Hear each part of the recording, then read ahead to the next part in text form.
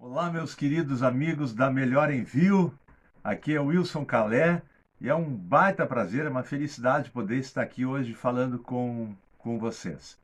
Bom, nós vamos ter a oportunidade de conversarmos durante 2 horas, sendo que será em torno de 40 minutos que nós vamos falar nessa aula gravada e depois nós teremos no dia 1º de junho a possibilidade de continuarmos essa conversa com maior aprofundamento durante mais 1h20 em torno disso. Então, deixa eu começar me apresentando. Para quem não me conhece, o meu nome é Wilson Calé, eu sou psicoterapeuta com formação no Brasil, nos Estados Unidos, na Índia e na Argentina. Já são 30 anos na área de treinamento e desenvolvimento humano. Nesse período, eu pude fazer 2.390 palestras em todo o Brasil e treinamentos para mais de 500 empresas, com foco em valores humanos, desenvolvimento de pessoas com abordagem integral, também programação neurolinguística, enneagrama, formação de lideranças e capacitação de líderes em todo o Brasil. Eu tive o prazer em 2019, agora recentemente, de receber o prêmio em São Paulo de Profissional do Ano, justamente por mais de 2.200 eventos proferidos em todo o Brasil. E a razão da gente estar aqui hoje, eu tendo essa possibilidade de falar diretamente para vocês aí da Melhor Envio, é de explicar um pouquinho para vocês sobre um tema que nós vamos desenvolver, ou seja, a minha missão de fala aqui com vocês hoje é sobre um módulo que nós vamos ministrar com foco em comunicação, abrangendo os seguintes aspectos: estratégia de negociação e técnica de persuasão, gestão de conflito, e também vamos falar sobre os perfis de comportamento e os estilos de negociação. Então são temas bastante abrangentes, temas que eu tenho certeza que eu vou ter que me exigir, vou ter que puxar de mim para que eu consiga, nesse espaço de tempo tão curto, de 2 horas, poder passar por esses temas todos de uma forma impactante, que deixe para vocês, aí dentro da Melhor Envio, uma utilização prática na rotina de vocês. Tem uma coisa importante que eu gosto de destacar, sempre que eu começo a falar em alguma empresa, a minha fala ela é motivada por uma metamorfose da comunicação, ou seja, nós recebemos muita informação, essa informação se transforma em conhecimento e o conhecimento só vai se transformar em sabedoria efetivamente quando a gente se compromete a aplicar no dia a dia. Então a gente vai falar sobre muita coisa interessante em negociação, em estratégia, em comunicação, mas eu vou pedir para vocês que vocês se comprometam a colocar em prática, literalmente no dia a dia isso. Eu sei que vocês já tiveram nesse programa de capacitação o prazer de ouvir, pelo cronograma que eu estava olhando aqui, a profissional a Bruna Dalsotto, e ela, pelo que me consta, ela falou sobre inteligência emocional e resiliência, que é um tema que eu acho muito bacana e muito profundo. Também tiveram, acho que pela data, vocês já devem ter escutado a Vivian Laube, que deve ter falado sobre comunicação não violenta aplicada à liderança, que é um tema também muito instigante, que envolve da gente uma necessidade muito grande de empatia. E eu vou ter, então, nessas minhas 2 horas, começando por esses 40 minutos de aula, esse compromisso de falar para vocês sobre as estratégias de negociação e técnicas de persuasão. Eu vou também abordar com vocês e a gente vai poder falar sobre gestão de conflitos, ou seja, de que forma a gente lida com os conflitos no ambiente corporativo e na nossa vida também. Mas antes de falar sobre conflito no ambiente corporativo, no nosso trabalho, deixa eu fazer uma pergunta para ti, para o meu amigo da Melhor Envio que está agora conectado comigo aqui. Quantas pessoas precisam ter no ambiente para que a gente tenha conflito? Pensa um instantinho aí. Talvez você tenha dito 2, 3, 5. Uma pessoa basta. Somente uma. Sabe por quê? Porque nós falamos sobre comunicação e sobre negociação através de um viés da percepção integral do ser humano. E o ser humano não é somente mente, não é somente a comunicação, ele não é somente os seus pensamentos, ele não é somente as suas emoções. A abordagem integral fala de vários níveis. E às vezes nós, dentro desses níveis, estamos em conflito. É muito comum em alguns treinamentos que eu vou ministrar em algumas empresas, ter algum problema de relacionamento e um colega ele está indo contrariado para aquele evento. Então ele está brigando comigo ali naquele momento, brigando pensando assim, pô, eu queria estar fazendo outra coisa, não queria estar aqui. Então já começa um conflito da comunicação interna dele, da comunicação intrapessoal. Então gestão de conflitos, ela começa trabalhando o conflito da nossa comunicação intrapessoal com a nossa comunicação interpessoal. É o primeiro aspecto que nós vamos ver e vamos nos aprofundar. E nós vamos falar sobre os perfis e sobre os comportamentos na hora de negociar, que geram os estilos de negociação. Deixa eu te fazer uma segunda perguntinha nessa abertura já. Me diz o seguinte: você não tem mais facilidade de negociar com algumas pessoas do que com outras? Sim ou não? Não tem aquela pessoa que tu olha assim e diz, pá, com esse cara aqui é tranquilo de negociar, e com esse outro aqui é uma dificuldade, é muito complexo. Ocorre isso ou não? Ocorre, né? Então tu já está afirmando para mim que existem estilos, existem perfis. E esses perfis nós vamos conhecer. Durante a nossa aula, eu já vou deixar alinhavado nos 40 minutos uma tarefa que vocês vão fazer para me entregar no dia que nós vamos nos encontrar, no dia 1º de junho, para o nosso evento online síncrono, onde será ao vivo e eu vou estar podendo conversar, debater e poder conhecer vocês um pouquinho mais, sem ser simplesmente pela aula gravada. Uma coisa muito importante que a gente tem que ter em mente, gente. Querendo ou não, todo mundo já é um negociador. Pode dizer, tá, Calé, mas eu não domino a técnica, mas você já é um negociador. Você tem filho pequeno? Você vai parar para pensar que de repente aquela criança de 2, 3, 4, 5 anos de idade já está negociando contigo. Ela já está estabelecendo uma estratégia de comunicação para conseguir tirar de você o objetivo que ela tem naquele momento. A criança, ela testa uma estratégia com a mãe, ela testa uma diferente com o pai, com a avó, com a Dinda, e a Dinda ela já manda, porque naquele ambiente já está dominado. E nós vamos entender então que, como todos nós já somos negociadores e a gente já sabe negociar desde muito cedo, a gente tem que conseguir trazer a consciência, o que a gente conhece, o que o Huberto Roden, um grande filósofo brasileiro, tinha como. Ele chamava isso de edução. O que é edução? É diferente de educação. Eduzir é tirar um conhecimento que está inconsciente dentro de você, mas que você já tem. Ou seja, você é um negociador. E eu vou demonstrar e vou provar para você que você já sabe negociar. Eu vou só te ajudar a trazer ferramentas para que isso se torne uma coisa mais orgânica e que esteja facilitado com mais técnica para que você tenha a capacidade de promover um equilíbrio fundamental nos comunicadores e nas pessoas que negociam com maestria, que é o equilíbrio entre o convencimento, a argumentação e a persuasão. Então a gente vai entender qual é a diferença de argumentar, convencer e persuadir. É outra coisa muito importante que a gente vai aprofundar e vai identificar e entender durante o treinamento também. Outra questão que nós vamos ver é aprofundar sobre esse perfil de cada um e nós vamos fazer um teste. Vocês vão ter e vão me apresentar na aula um gráfico que eu vou poder analisar as 4 principais competências que vocês utilizam: a argumentação, a afirmação, envolvimento e empatia. E a partir de um questionário que vocês vão me responder, eu vou fazer essa análise e vocês vão poder vislumbrar de uma forma bastante clara e em forma de gráfico o seu estilo, de que forma você está utilizando essas 4 ferramentas: da argumentação, da afirmação, do envolvimento e da empatia. Nós vamos falar também sobre a importância da arte de ouvir, da escutatória, que é fundamental na negociação, gente. Eu ministrei nessas minhas quase 2.400 palestras no Brasil inteiro. Eu tive o prazer, numa época, de proferir palestras junto com o grande educador Rubem Alves. E o Rubem Alves dizia uma coisa fantástica, que ele dizia assim pra gente: nós temos muitos cursos de oratória Brasil afora, mas nós não temos cursos de escutatória. A gente não está preparado para dar verdadeira importância para a audição, para a gente ouvir. E isso é fundamental. Então, nós vamos ver também a ciência da persuasão e a psicologia da concordância. E aí eu vou falar para você sobre 8 formas que nós somos persuadidos e convencidos. É muito interessante, gente, é um tema bem instigante. Então, e aí para fechar, eu poderia dizer que daí o tema que é o mais importante e relevante da minha fala toda, nós vamos identificar, vamos descobrir, vamos entender uma coisa chamada tríade aristotélica. O que é isso?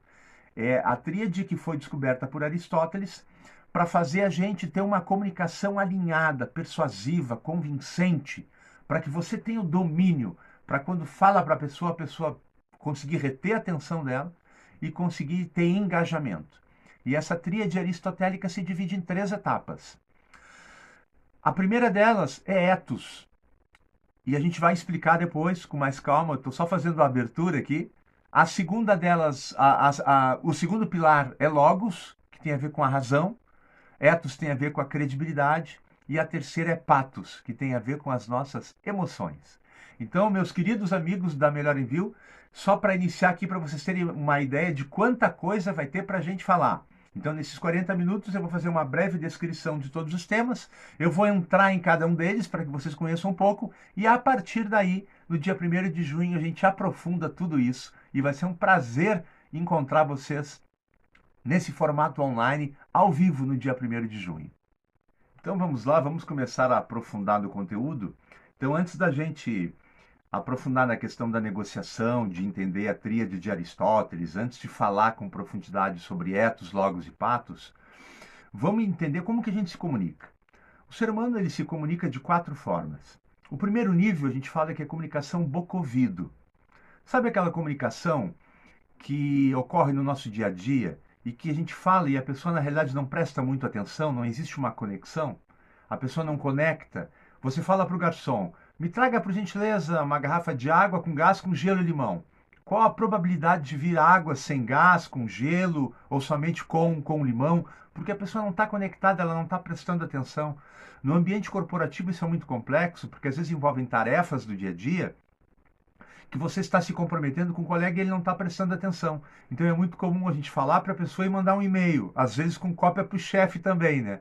Que é para ficar registrado. Então, o primeiro nível, que tem uma conexão muito pequena, é a conexão nível boca-ouvido. Às vezes entra por aqui e sai por ali. A pessoa não presta atenção. Qual o segundo nível de comunicação? O segundo nível já começa a ter uma comunicação, a gente fala que é comunicação cérebro-cérebro. O que é isso? Começam a ter concordâncias cognitivas, racionais. Eu falo para ti, tu começa a concordar comigo. Tem concordância, ou seja, começa a ter um nível de atenção que leva para a primeira capacidade de conectar do ser humano, que chama-se convencimento. Eu posso te convencer de algo pela minha capacidade de argumentar. E aí eu te convenço e você pensa, pô, isso que ele está falando faz sentido. Significa que tu vai fazer o que eu quero? Não. Tu concordou aqui. Aí a gente vai para um terceiro nível. O terceiro nível a gente fala que é a comunicação coração-coração. Aí entra o sistema límbico, entra o emocional, entra o envolvimento, entra a empatia.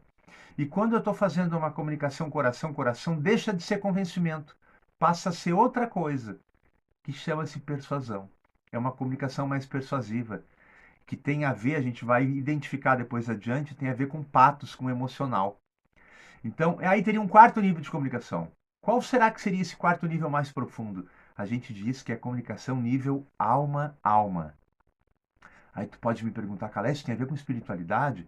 Não necessariamente, gente. Quando a gente fala alma, é no sentido da palavra de ânimos, aquilo que traz vivacidade a um sistema. Sabe quando você está num ambiente que você se identifica? Se a gente parar para pensar, todos esses programas, até do Great Place to Work, que as pessoas estão felizes no ambiente corporativo onde elas estão felizes porque existe uma conexão na comunicação nível alma a alma, porque na comunicação nível alma a alma você não convence a pessoa pelo que você fala, você convence a pessoa pelo que você faz. Existe congruência. Na Índia, onde eu fui estudar lá, eles chamavam isso também da comunicação do nível Dharma, que é a coerência entre pensamento, palavra e ação. Então, a comunicação nível alma a alma ela é muito profunda. É quando você realmente consegue estabelecer um contato mais profundo com as pessoas. Que você se conecta verdadeiramente. Falando em conexão, deixa eu te fazer uma pergunta. Com quantas pessoas tu te conecta por dia? Aí na Melhor Envio. Te conecta, seja por telefone, por WhatsApp, presencialmente. Com quantas pessoas tu te conecta por dia? Chuta um número aí para mim. Tá, e dessas pessoas que tu te conecta, quantas conexões são profundas? Tá, cara, mas o que qualifica uma conexão profunda? Aquela que você tem, em primeiro lugar, um nível de atenção maior. Que você se permite até um pouco de vulnerabilidade, porque nós não somos perfeitos, a gente erra. E principalmente que tem um estado de presença, gente. Que você está ali. Posso contar uma história? Deixa eu contar uma história para vocês. Então, quando eu fui fazer um curso de educação e valores humanos na Índia, e tinham pessoas do mundo todo, tinham pessoas de 129 países, numa cidadezinha chamada Puttaparthi, no extremo sul da Índia, no estado de Andhra Pradesh. Eu tinha ido fazer uma formação de educação e valores humanos, e depois eu fiz um curso lá chamado Ciência da Espiritualidade.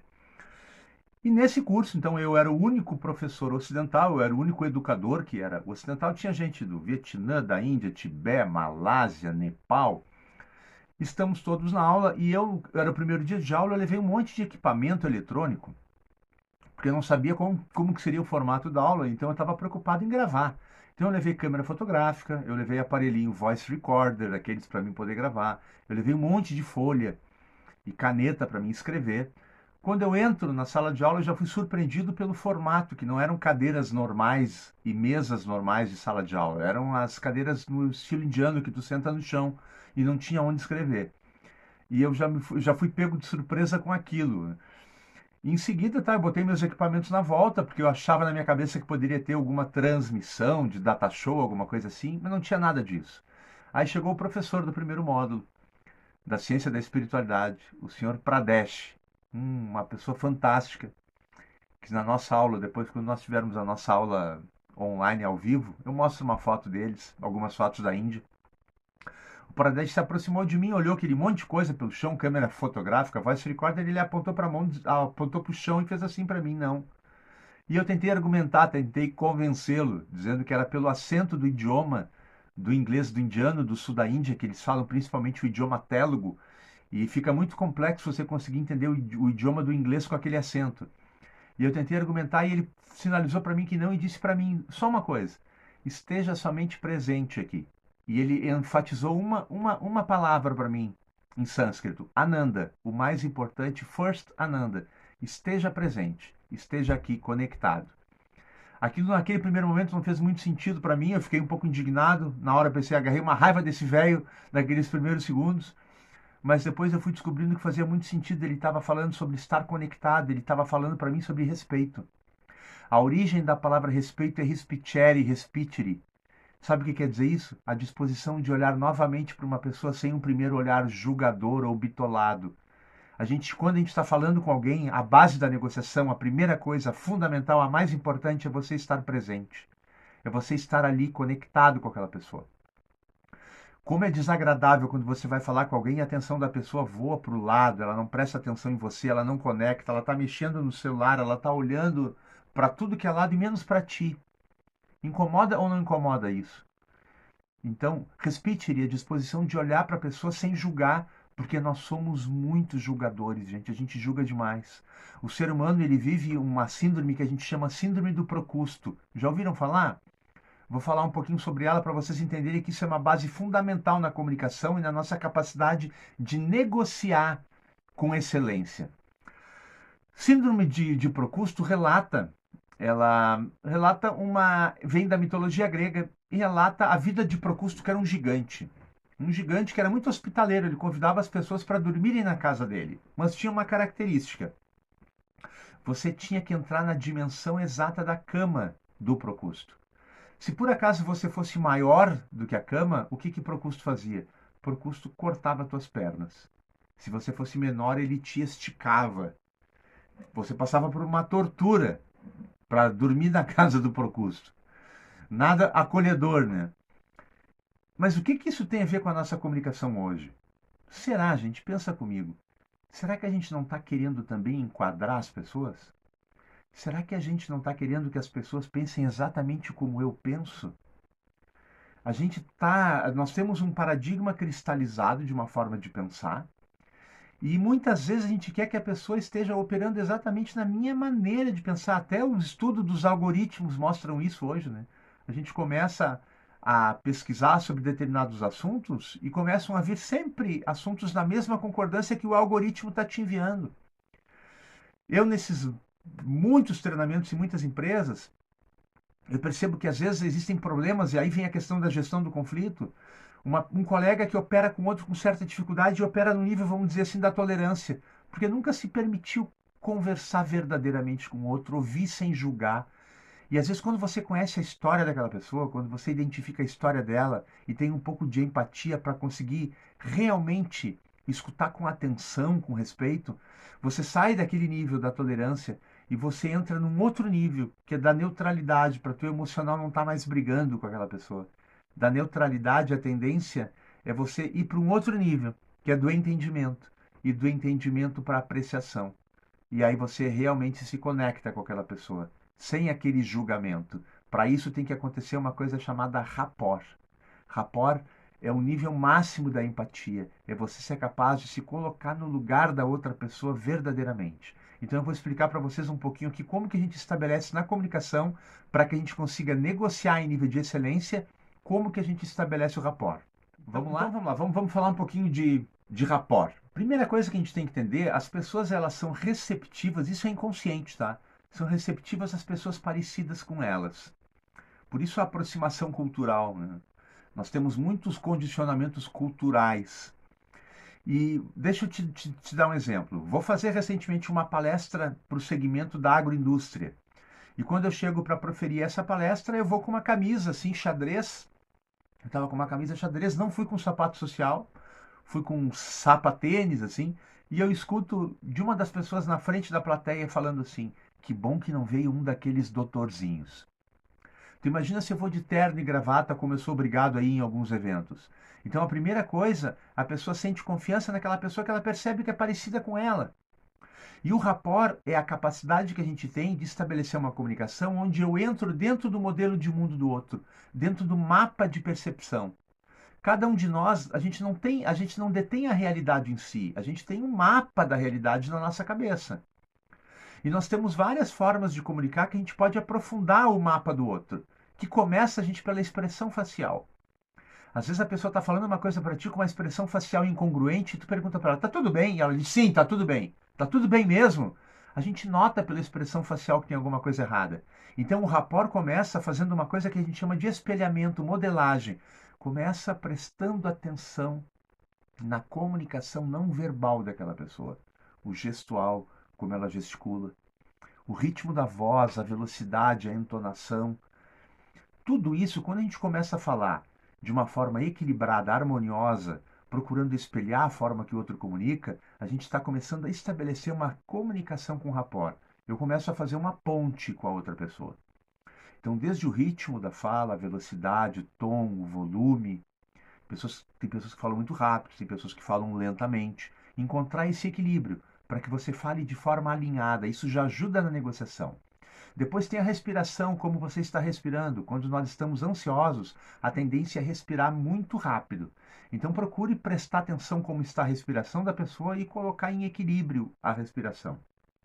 Então todos esses aspectos, eles fazem a gente conseguir estabelecer uma comunicação persuasiva. A gente conseguir estabelecer esse rapport. Só que existe uma ciência da psicologia da persuasão. Existem vários princípios que adotam, inclusive, para nos convencer no marketing, para a gente adquirir um produto. Então vamos entrar um pouquinho, eu vou falar para vocês sobre 7 princípios, tá? Para que vocês entendam alguns princípios que muitas vezes nós somos pegos sem se dar conta. Primeiro princípio, bom, nós vamos falar de quais? Vamos lá, deixa eu explicar para vocês quais são 7. O princípio da autoridade, o princípio da prova social, o princípio da escassez. Depois nós temos o princípio da reciprocidade, o princípio do contraste perceptivo, que é bastante interessante, o princípio da coerência e o princípio da simpatia. Então vamos explicar cada um deles para que vocês entendam. Primeiro vamos ao princípio da autoridade. As pessoas em geral têm uma tendência a obedecer às figuras de autoridade. Quando as pessoas se sentem inseguras em geral, elas buscam o testemunho de uma pessoa como autoridade no tema como guia. Ou seja, se Seth Godin disse que eu tenho que ler esse livro, então eu compro. Tu já te deu conta que às vezes tu vai comprar um livro e tem uma descrição de uma indicação de alguém, de uma revista em cima? Imagine que você tenha ganhado uma fortuna. Você ganhou na Mega Sena acumulada e você recebe botar uma loja de material esportivo na sua cidade.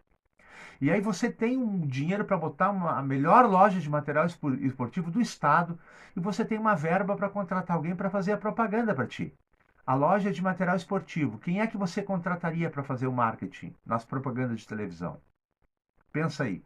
Talvez você possa me dizer Neymar ou, ou Cristiano Ronaldo. Aí já foi todo o dinheiro que tu ganhou, né? Mas imagina, você pensa numa pessoa que vai credibilizar, que vai legitimar a tua marca. Você está usando o princípio da autoridade. Eu, quando ministro treinamentos na Sociedade Brasileira de Palestrantes, eu sou o instrutor que desenvolveu todo o conteúdo da SBP. Os alunos que estão ali na frente prestam muita atenção em mim, porque a minha fala é credibilizada pela minha experiência. Então, o princípio da autoridade ocorre quando, por exemplo, você diz assim: segundo o IBGE, 40%. Colocar segundo o IBGE na fala é trazer o princípio da autoridade para credibilizar aquilo que você está querendo convencer. Ficou claro? Esse é o primeiro princípio. Aí nós vamos falar de um outro princípio, que é o princípio da prova social. O que é isso, gente? Imagine o seguinte: quando a gente está inseguro para tomar uma decisão, a tendência do ser humano é olhar para ver o que a maioria faz naquele contexto. Imagina que você está saindo de uma aeronave e está querendo saber onde que são as esteiras para você pegar a mala. Você não sabe o caminho, mas você vai caminhando e toda aquela manada de gente que vai na frente dobra para a esquerda. Qual é a tendência? Mesmo que tenha uma placa dizendo esteira direita, como todo mundo dobrou para a esquerda, você fica tendencioso a seguir onde a maioria está indo. É o princípio da prova social. Frases do tipo assim, ó, 9 de cada 10 pessoas recomendam. Por que usa isso? Só que às vezes isso é utilizado de forma, gente, só como técnica e armadilha de convencimento. Por exemplo, vamos entender isso aqui. Como que a Colgate é número 1 em recomendação dos dentistas se 9 entre 10 dentistas recomendam Oral-B? As duas marcas estão fazendo uso exatamente do mesmo princípio psicológico para te convencer. E a gente pode utilizar nas nossas negociações, na nossa estratégia de convencimento. Isso acontece quando eu estou viajando numa cidade, chega na hora do almoço, eu quero almoçar e eu não conheço aquela cidade. Aí eu estou caminhando, eu chego num lado da rua, tem um restaurante vazio. Eu olho para o outro lado da rua, tem um restaurante cheio de gente. Qual é a tendência? A tendência é você ir naquele restaurante que tem mais gente. Porque o princípio da prova social te fala isso. Te fala que onde está a maioria, provavelmente deve ser melhor. E aí nós vamos para o terceiro princípio, que é o princípio da escassez. E esse é muito utilizado, gente, para te convencer. Últimas vagas, últimos lotes. E às vezes eu estou indo proferir palestra numa cidade que tem poucos hotéis e eu vou fazer uma reserva pela internet. E aí quando eu estou fazendo a reserva pela internet, aparece em seguida assim aquela mensagem piscando. Restam só 2 quartos. E daqui a pouco entra uma outra mensagem piscando. Tem 4 pessoas consultando junto contigo agora nesse momento. Qual é a tendência? A tendência é tu ficar nervoso e acabar acelerando a tua tomada de decisão. Porque o princípio da escassez faz você pensar assim, vai acabar, não vai ter para mim. E se você realmente precisa, existe uma tendência de você fechar, de acelerar o fechamento. Então falamos de 3 princípios, vamos para o quarto. Quarto princípio é o princípio da reciprocidade. Nós temos uma tendência muito forte a quando alguém nos dá alguma coisa, uma amostra grátis, por exemplo, em algum lugar. Ou você vai no supermercado e a pessoa te dá uma prova de algo. Você tem uma tendência a comprar aquele produto, você fica mais tendencioso. Isso acontece muito em eventos sociais, por exemplo. Imagina que você está fazendo uma lista para as pessoas que vão na sua festa de formatura ou na festa do teu casamento. Você está fazendo aquela lista. Pode ser da formatura mesmo. Está fazendo a lista e daqui a pouco você está pensando assim, tá, quem mais que eu vou convidar? Porque o dinheiro não está sobrando muito, não pode ser muita gente, porque vai aumentar o valor do buffet. E aí a tua mãe passa por ti e diz assim, convida a tua prima de Porto Alegre. Convida a Ana. E aí tu pensa assim, mas mãe, porra, faz 10 anos que eu não vejo, mas ela te convidou para a festa de formatura dela. Mas mãe, eu tinha 12 anos na idade. Não interessa, vai ficar chato. Reciprocidade. Se você vai em algum momento agora e ajuda um colega na mesa do lado, espontaneamente, qual é a tendência? Daqui a pouco você precisa de uma ajuda dele, só de você olhar para ele existe uma tendência de ele ajudar. Políticos sabem usar muito bem o princípio da reciprocidade. Aí nós vamos para o princípio do contraste perceptivo. Contraste de percepção. Porque quando você vai no cinema, você já sabe que você vai pagar um valor para o ingresso e vai gastar mais com a pipoca. Porque as pipocas vão aumentando de tamanho e aumenta só um pouquinho o valor, o contraste de percepção ele é muito pequeno. Quando eu morei nos Estados Unidos, eu fui estudar em Berkeley uma época lá. Fiquei estudando e morando nos Estados Unidos durante um período. Eu percebia isso sendo utilizado pelas lojas de eletrônicos, Circuit City, Good Guys, botavam televisões à venda na frente. Uma tela enorme na frente, tela plana, 65 polegadas. Tu ia olhar o valor, puxa, 40 mil reais, era um absurdo. Vamos, claro que não era real, era dólar, né? Mas aí você olhava uma outra televisão pequenininha do lado direito, 899 dólares, vamos dar o exemplo. E uma outra televisão no meio, 1.100 dólares. Qual era o foco, gente? O foco era vender a televisão do meio. Porque uma era muito cara, a pequenininha, ela estava barata, mas a do meio estava com um preço muito atraente, porque o preço da televisão do meio, que era de 40 polegadas, maior do que aquela pequena, ela era muito próximo da televisão pequena. O que que isso gera na gente? Um contraste de percepção. Tu pensa assim, como tá barata? Ela não tá barata. Tá cara a televisão menor. É contraste de percepção. Isso acontece com a gente sem que a gente se dê conta. E tem o princípio da coerência. O princípio da coerência, gente, nós somos, a todo instante, a gente é cobrado para que a gente seja coerente com aquilo que a gente fala. Isso acontece a todo instante. Inclusive no nosso processo de educação, da forma que a gente educa os filhos. Então, vamos imaginar uma seguinte situação. De que forma utilizaram o princípio da coerência para gerar uma dificuldade muito grande que existia numa área específica, que é a área de fábrica de brinquedo. Perceberam que existia uma sazonalidade, dois momentos do ano que se vendia muito brinquedo. Quais eram essas épocas do ano? Dia das Crianças e Natal. Estamos falando de que meses? Outubro e dezembro. Como é que fica a venda de brinquedo em janeiro? Ocorre uma queda brusca. Então perceberam a necessidade de utilizar uma estratégia para que tivesse venda no mês de janeiro.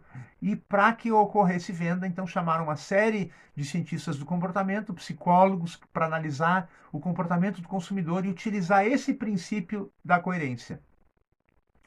É muito comum, uh, e a primeira coisa que a gente tem que chamar a atenção, as crianças, antigamente, elas não tinham um poder de influência em casa, elas não dominavam em casa, elas não tinham um poder de persuadir. O pai dizia é isso e fim. Hoje em dia, não.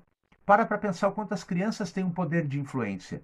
Antigamente, a propaganda, quando era dirigida para um produto infantil, era dirigida para convencer o pai da durabilidade, da segurança. E hoje, quando uma propaganda é para um produto infantil, ela é para convencer a própria criança. Por quê? Porque a criança vai fazer você comprar.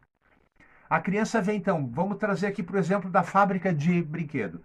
Em janeiro não vende muito, né? Aí eles fazem o seguinte: eles lançam uma propaganda, por exemplo, do carrinho com controle remoto para o menino. O menino vê aquela propaganda e olha para o pai e diz: pai, eu quero, pai, eu quero, pai, eu quero. E aí ele diz: tá, meu filho, se você se comportar, você ganha no Natal. Essa propaganda ela está passando antes do Natal, não é em janeiro. E aí o pai comenta com a mãe: olha, cada vez que passa a propaganda do brinquedo, ele está enlouquecendo. O nosso filho está enlouquecendo porque ele quer muito. Tá, só que a fábrica, utilizando o princípio da coerência, ela faz uma estratégia. Ela não coloca todo o produto nas lojas, coloca só 40% para gerar o quê? Escassez. Vai faltar. E aí o pai, quando vai comprar, não vai mais achar, não vai ter.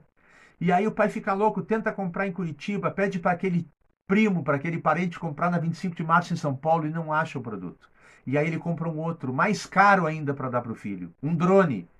Só que quando chega a hora de abrir o brinquedo, a criança vai abrir o brinquedo e ela não quer aquele. E ela fica triste com o pai. E o pai diz: mas meu filho, esse é muito melhor do que aquele, esse voa. E o pai disse: mas e o menino olha pro pai e diz assim: mas pai, tu tinha me prometido. E ele: não, eu sei, meu filho, mas esse é muito melhor. O que que acontece em janeiro? A propaganda daquele brinquedo do carrinho volta a mil para a mídia, dizendo: já temos nas lojas novamente. O menino olha para a propaganda, olha para o pai e diz: pai, você prometeu. E o pai pensa assim: realmente, a minha palavra vale muito. Princípio da coerência. E a gente cai sem se dar conta. E aí tem o último princípio muito usado, que é o princípio da simpatia, para gerar conexão. Nós temos uma tendência a comprar com quem tem uma postura simpática com a gente. Então vamos entender esse termo aqui. Primeiro, simpatia Se a gente parar para pensar, simpatia, antipatia, apatia e empatia, todos têm o mesmo final, que é patia, que vem de patos da emoção.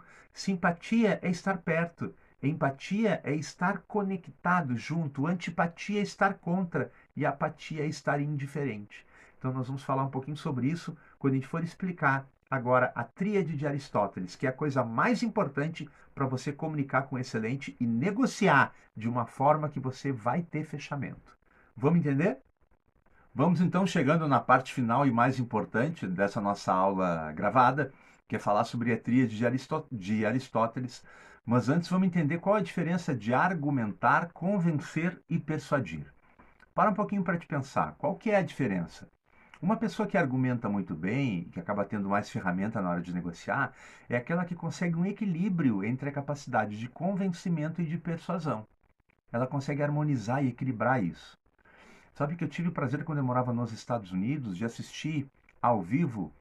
Eu estava no Golden Gate Park uma vez, em São Francisco, e eu assisti durante 1 hora e meia uma palestra do Barack Obama. Eu fiquei impressionado com a capacidade que ele tinha de conseguir promover esse equilíbrio entre a capacidade de convencimento e de persuasão. Lembrando que quando a gente convence alguém, eu estou trabalhando no nível do racional. O convencimento é a capacidade de gerenciar a informação. E a persuasão é a capacidade de gerenciar o relacionamento, o envolvimento, é falar a emoção do outro. Então são coisas bem diferentes. Quando eu estou convencendo alguém, eu estou construindo algo no campo das ideias. Então eu vou utilizar todo tipo de artifício para convencimento, que é muito comum, como por exemplo, vamos falar de alguns. Dado estatístico, exemplo, testemunho, comparação, citação. Eu gosto de citar muito uma frase do Krishnamurti nas minhas palestras. Não é um sinal de saúde estar bem ajustado a uma sociedade profundamente doente. Quando eu faço essa citação, eu estou me tornando mais convincente atrelando uma fala de uma outra pessoa minha. Eu posso trazer um dado estatístico. 24% das pessoas estão comprando esse produto. Sempre que você traz um dado, e você pode utilizar aqui aquele princípio psicológico que a gente falou, da autoridade. Vou fortalecer o meu convencimento. E já a capacidade de persuasão, eu mudo até o meu tom da voz. Eu vou procurar falar de uma forma mais conectada, porque na persuasão entra mais o emocional. Na persuasão, ao invés de estar fazendo aquele gerenciamento de informação, eu vou gerenciar o relacionamento, é construir no terreno das emoções, é sensibilizar o outro para agir. Então a gente vê políticos que às vezes têm dificuldade de convencer, mas conseguem persuadir muito bem e aí conseguem fazer alianças impossíveis. Então, entendido isso, vamos entender a tríade de Aristóteles. Aristóteles, ele viu, gente, que nós tínhamos a capacidade de argumentar um nível de maestria dividida em 3 níveis. O primeiro deles a gente chama de ethos, que originou qual palavra? Pensa um pouquinho aí comigo. Ethos originou ética. É argumentação baseada no caráter do orador. O ethos está relacionado a quem vai falar, o que legitima a tua fala, o que te credibiliza a falar sobre determinado assunto. Então tem pessoas que conseguem criar um ethos muito bem feito, que é credibilizar a fala. Imagine que você está andando pela universidade que você estudou, ou pela escola que você estudou, e você vê um cartaz convidando para uma palestra sobre sistema anticorrupção e sistema de governança corporativa, e quando você vai ver quem vai proferir a palestra é um político muito corrupto. Aí tu pensa assim, mas meu Deus, como é que esse cara vai falar sobre isso? Ou seja, não tem ethos, não credibiliza. Então a primeira coisa é você ter ethos, é você conseguir preparar a forma de vender um produto credibilizando, dizer, ó, o que é esse produto realmente, legitimando ele. Aí tem um segundo pilar, que é muito importante, que é o logos.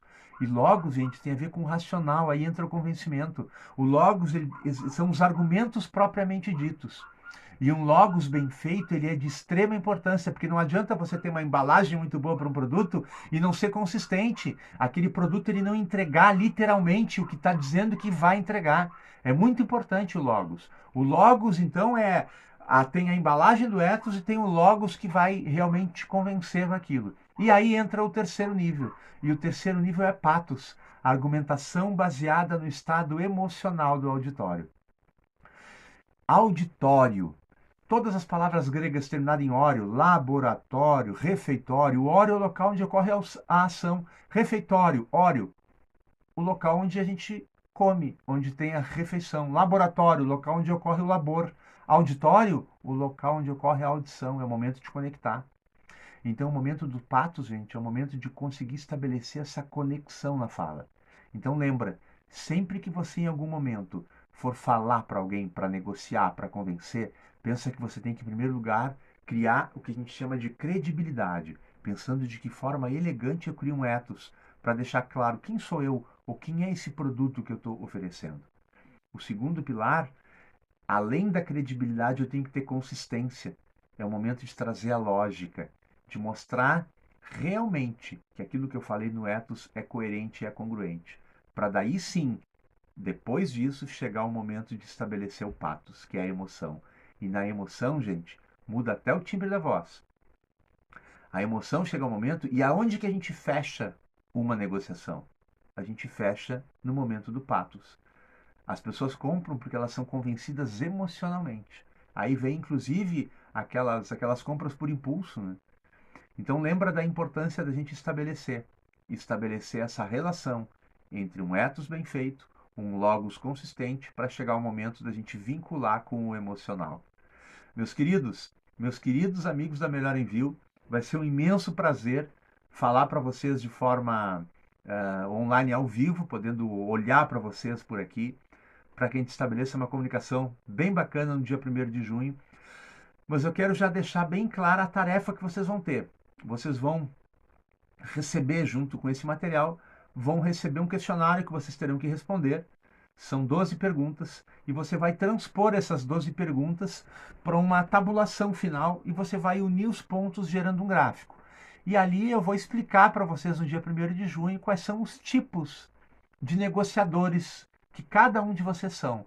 Tem pessoas que são mais push-push, tem pessoas que são mais pull-pull, tem pessoas que são pull-push, tem pessoas que são push-pull. O que é isso, Calé? Vocês vão saber no dia 1º de junho. E vai ser uma alegria compartilhar de todas essas informações e poder rever o que a gente falou hoje de uma forma breve, aprofundando cada um desses temas. Meus queridos amigos da Melhor Envio, foi um baita prazer poder conversar com vocês hoje aqui, mesmo que tenha sido nessa forma breve, mas para a gente se reencontrar no dia 1º de junho. Abraço para vocês, forte abraço e até lá!